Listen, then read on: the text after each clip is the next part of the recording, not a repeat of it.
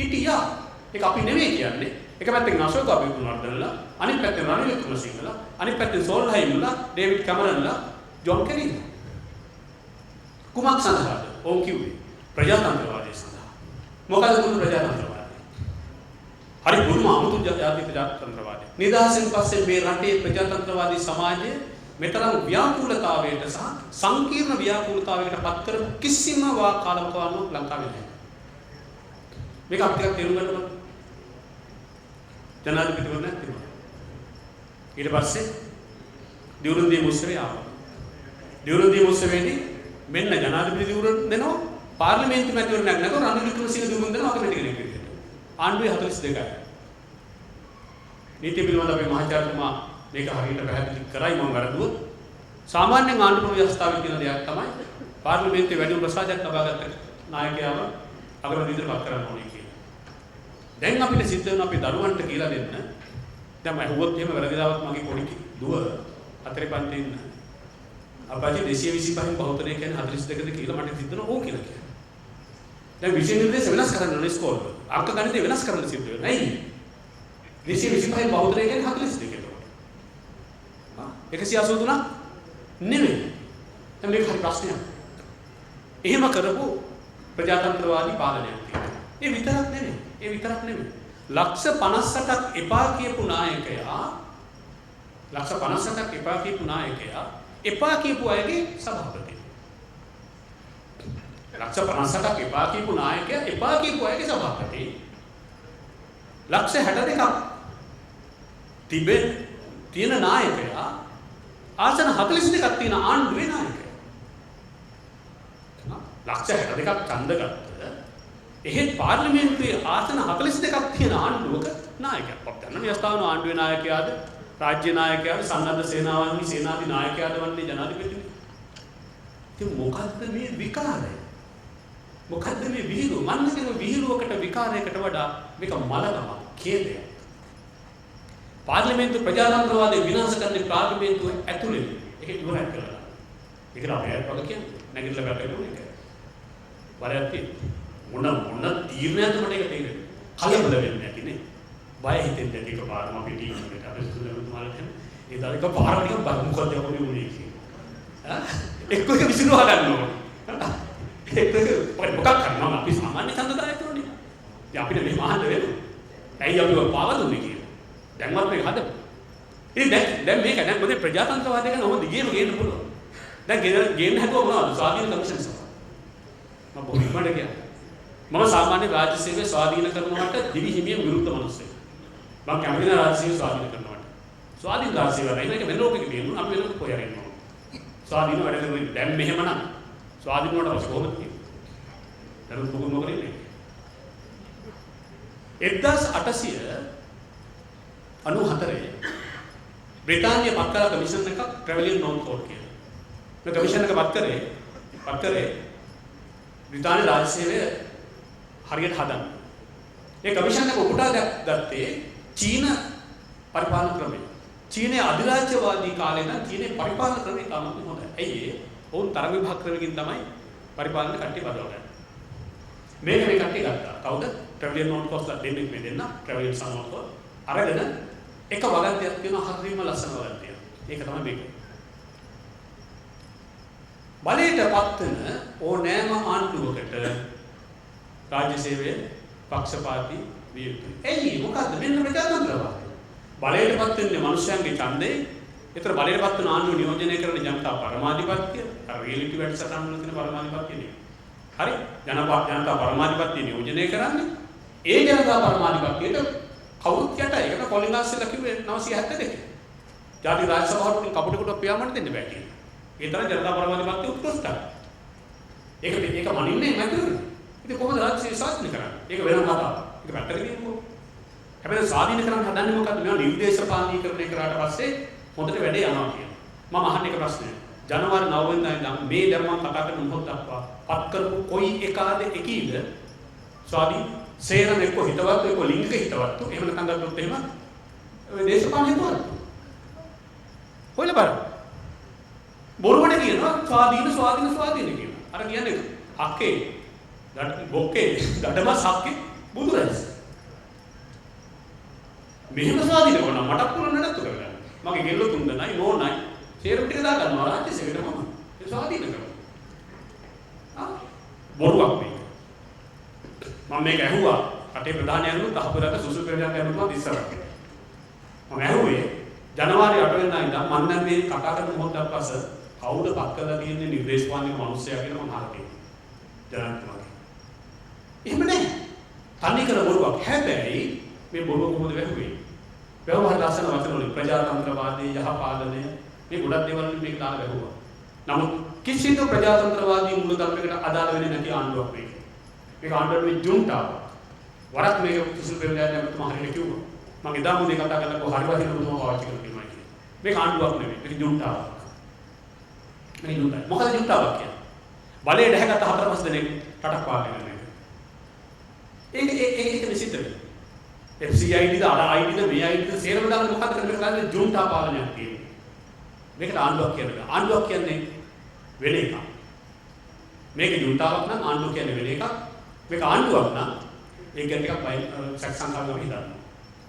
ඒත් මේ ව්‍යාපෘති ඉස්සරහට තව කාරණයක් මම කියන්න දෙන්න. ඒක තමයි මේ සුදු වෑන් පිළිබඳව කාරණා. මේක ලොකුවට ගෙනවන සුදු වෑන්. සුදු වෑන් සංස්කෘතිය. 1989 අගෝස්තු මාසේ 21 වෙනිදා මාළගෙනියන් නම් සුදු වෑන් එකක් නේ පෙජරෝ එකක් ආවා. කුමාරදාස වික්‍රම විශ්වවිද්‍යාලයේ හිටියේ. කුමාර මේකන් ගීත කියලා තියෙනවා. ගීත කියලා මට මතක් වුණා අපේ සටන් සගයේ හිටිය කරුණාරත්න පරණවිතාන කියලා. ඔහු ජනමාධ්‍ය මන්ත්‍රී ලේකම් විදිහට හිටියේ. අද ඔහු ඉල්ලනවා රත්නපුරේට එක්සත් ජාතික පක්ෂේ එක්සත් ජාතික පක්ෂයේ අලුත්ම ජාතිකවාදී නායකත්වයේ යටතේ චම්පේ රණවක කියන ඉල්ලනවා. මට මතකයි විරු සමරු ප්‍රසංගයට ඔහු ලියපු ගීතයේ මුල් කොටස. කුමාර කරුණාරත්න පරණවිතාන ලියන ගමනකින් වරක් ලියව ඔහුමට වීරයෙක් කියලා ඔහු පොතක. අපි ඒකට පිළිගරයි. මොකද අපිට අනාගතේ කියන්නේ මොකද්ද පුළුවන්කම ඒකට තිබුණේ. මම මේක කියන්නේ ටිකක් අමුතු වැඩ කරන මොකද කොළඹ විශ්වවිද්‍යාලයේ නීති පීඨයේ තිබුණේ වදකාගාරය. ඒ නීති පීඨයේ වදකාගාරේ අපි එනකොටත් ලේ පැන්නා. කුමාර ධර්ම සමහත් එක හදලා තියෙන්නේ මහා වලක් උඩ. ඒ වලයට තියෙන්නේ 60 අපිට ඒක හරන්න දෙන්නේ නැහැ. දුන්නේ නම් අපි හරන්න හැදුවා ඊට පස්සේ. මේ වදකාගාරයට අරන් ආව චම්පික රණවක. අතුරුලේ රතනහාමුදුරුවෝ තරංග ආවා. ඒ කට්ටිය ඒ වදකාගාරයේ ඉද්දි තමයි විද්‍යාපීඨයේ හේමන්තගේ බෙල්ල කපලා මැරුවේ. හේමන්තගේ බෙල්ල කපලා මැරුවේ. මේක නිතර ආගිය තව දේශපාලන නායකයෙක් ගැන කටි දානවා. ඒ ඇත්ත එක තමයි චම්පික රණවකලා ඉන්නේ. ඒ ඇත්ත එක තමයි කමනාත්ම පරමිතාන්නේ පුදුමේ කියන්නේ මෙන්න ලියපු ගීතයේ මුල් කොටස. හේමන්ත ගැන ලියුවේ. දියන් පාවා කියා සගයින් කගින් උන් නුඹේ ගෙල සිටින විට මුවින් වදනක් නොදෙඩු මිතුරේ නුඹයි සිරිසඟ බෝව. අපේ ඇගේ තාමත් හිරිවැටෙන මේ වචන ටික අහන්න. මොකද හේමන්ත පොඩ්ඩක් දාන්න. හේමන්තගේ බෙල්ල කපලා ගන්නවා. හරි. සමන් කපුගමගේ ආරච්චි වෙඩිදිවේ රීජන් පීඩියේ පුංචි කරලා දවල් 10 කෑ ගැහුවා මට වෙඩිදිවේ අහවලයි කියලා. එදා බෞද්ධ මනසුරු ගෙන්නනකොට මනසුරු නෑ මොකද? එහෙම කාලයකට අපි මොන දුන්නේ. එහෙම කාලෙක මොන දුන්නේ. අවුරුදු දෙකක් මගේ අම්මා බලන්න යන විදියක් නැතුව ඉඳලා මම රෑන් මැද රෑ 3ට අම්මට ගිහලා දොඩ දක්ක කරනකොට අම්මා මොකද්ද මගේ රත්තරන් පුතියයි ආවේ ආවදේවට අපෝ පණයක් අම්මා මට විශ්වවිද්‍යාලේ එනකොට කිව්ව මොකද්ද අසුරයි ගියාට කමක් නැහැ ඒ පොළො රෑනත් එකේ කවුල විකාරණ කරන්න එපා මාසෙකට සැරයක් අපිට ගෙදර එන්න සතියේ සැරයක් අපිට ලියුමක් කියවන්න අපේ අම්මට අපුල ලියන්නත් බෑ කියන්නත් බෑ හැබැයි නංගි එක කියවන්න ඒ ලියුම මට ඇහෙන්නේ 60000ක් විතර මේ උපකරණතුමාලා හිටි මහාචාර්ය ජීවිත විශ්වවිද්‍යාලය 60000ක් තරුණයන් ඝාතනය වුණා 60000ක් තරුණ ඒ ආණ්ඩුවේ ගණන් ගිලව වලට අනුව හැබැයි නියම ගණන් ගිලව වලට අනුව 125000කට වැඩි ඝාතනය වුණු සියලු ප්‍රමාණය මගෙන් තේරුම් 17 දෙනෙක් නේ 17 දෙනෙක් හැම තැනම මගේ ආසනේ වියලුව එකම ආයතනයේ තියෙන ඌව පරණගම ඌව පරණගම ටවුන් එකේ මෙහෙම ලී හිටවලා ඒ ලී උඩ තිබුණේ ටැබලි කොම්බ නෙමෙයි ඔලු ගෙඩි 50 මේ එක ඔලු ගෙඩියක් එක අම්ම කෙනෙක් අඳුරගත්තා අපි පිටේ ගොඩක් අම්මලාදී චීට්ටේ හැට්ටේ චීට්ටේ පලාවතනවා වගේ උතාගත්ත තමන්ගේ පුතාගේ ඔලු ගෙදර අරන් ගියා මරුනේ මානසික රෝගී පිළිද පිස්සියක් විදියට මේ අපි ඒගොල්ලෝ දන්නේ නැහැ මම හිතන මෙතන ගොඩක් තරුණයන්. ඒ කාලේ මරුණාය තමයි වැරමි පිටදලා. මොඳුරන්නේ කතා වුණේ. ගොඩක් මේ වයසේ ඉන්න තරුණයන් අපේ කාලේ මැරිච්ච අය කියලා. අපේ කාලේ මැරිච්ච නෙමෙයි ඝාතනය වුණා. ඒ හින්දා ඕගොල්ලෝ එක්ක තවමත් ඒක අර භවයක් තියෙනවා නම් හිතේ බය ඇති. යෝගින් ගුරු උතුරගෙන මගේ අම්මෝ ඉවරයි තමයි. ඒකේ බය හිත ඇතුලේ ඇති. එහෙම නැත්නම් ඔයාලගේ අම්මලා අප්පච්චිලා ඒ කාලේ දැකපු හින්දා මේ සිද්ධිය කියන්නේ නැති. බල පිසුනක් නෙවෙයි කියන්නේ. පුදුම ඝාතනයක් ඒක. අපි හරියට හය වාට්ටුවේ ඇන්ඩර්සොක්ගේ හය වාට්ටුවේ අයිමන් දිමිත්‍රිය උනා වගේ. වාහනය බ්‍රේක් කරොත් අපිට දුක් කපල් පිට වෙනවා බයට. මේ අප උස්සන්න එන්නේ කි. එහෙම කාලෙක අපි විශ්වවිද්‍යාලේ හිටියේ. අපි 1986 විශ්වවිද්‍යාලේ වුණත් භීෂණ 83 පටන් ගන්න තිබුණේ යුද්ධේ. විශ්වවිද්‍යාලේ අවුරුදු 1993. එතකොටත් භීෂණ. ඒකම 2009 අපි බයෙන් හිටියේ. අපේ මුළු තරුණ කාලේ. මුළු තරුණ කාලෙම අපි හිටියේ බයෙන්. හැබැයි ඕගොල්ලෝ අඩුම ගානේ 2009 පස්සේ සන්තෝෂයි. ඔයාලගේ මෙන්න වෙනස ඒක. ඒක අපි මේක තේරෙන්නේ නැහැ. තේරෙන්නේ නැති අපට තේරෙන්නේ. මගේ දෝ මගෙන් අහනවා දවසක් මෙහෙම එකක්. ඔයා පොඩි කාලේ පන්ති ගියා? මම මේ පන්ති අරගෙන යනවා. මොකද ඇයි? අපිට පන්ති යනවා තියාදුව කන්නවත් තිබුණේ නැහැ. අපි හරියට දුක් විඳා. අපිට අඳින්න තිබුණා. දැන් ඔයාගේ අපච්චිට පඩියක් කියලා ඉන්නවා පන්ති අරගෙන යනවා. මම ටිකක් කළා කියලා කියනවා. පන්ති යන්නේ නැති එක නෙවෙයි අපච්චි දුක. පන්ති යන්නේ ඒකේ දුක. ඉතින් කොහොමද තේරුම් කරලා දෙන්නේ? මේ ඇත්තට තමයි මම කියන්නේ. මගේ දුවමට කියනවා පන්ති යන එක නෙවෙයි දුක. sorry පන්ති යන්නේ නැති එක නෙවෙයි දුක. පන්ති යන එකයි දුක. ඇත්ත. ඉතින් ඒක තේරුම් කරලා දෙන්න අමාරුයි. ඒ අමාරුකමට තමයි අපි පරාදුනේ ජනවල මාසේ. අපේ කොල්ලෝ කෙල්ලෝ ටික සෑහෙන වෙනසක් ගැන අපේක්ෂාවෙන් හිටියා. ඉතින් වැරද්දක් නැහැ ඉතින්. අපිත් ආසයි පොඩි වෙනස්කම් වලට වැගෙදට අවුලන බය. අපි පොඩි වෙනස්කම් වල කැමතියි. නමුත් ප්‍රශ්නේ තියෙන්නේ වෙනස දිගට ගෙනියන්න බෑ. වෙනස දිගට ගෙනියන්න බෑ. ඒක එතන ඉවර කරන්න. මම කියන්නේ 2004 ලංකාවට සුනාමියක් ආවා. මේ සුනාමියෙන් අපිට රට හදාගන්න ලොකු අවස්ථාවක් ආවා. ජාම්මට්ටමකට බැරි වුණා කියලා මට හිතෙනවා. ජනවාරි මාසේ ආයේ සුනාමියක් ආවා. දෙවි සුනාමිය.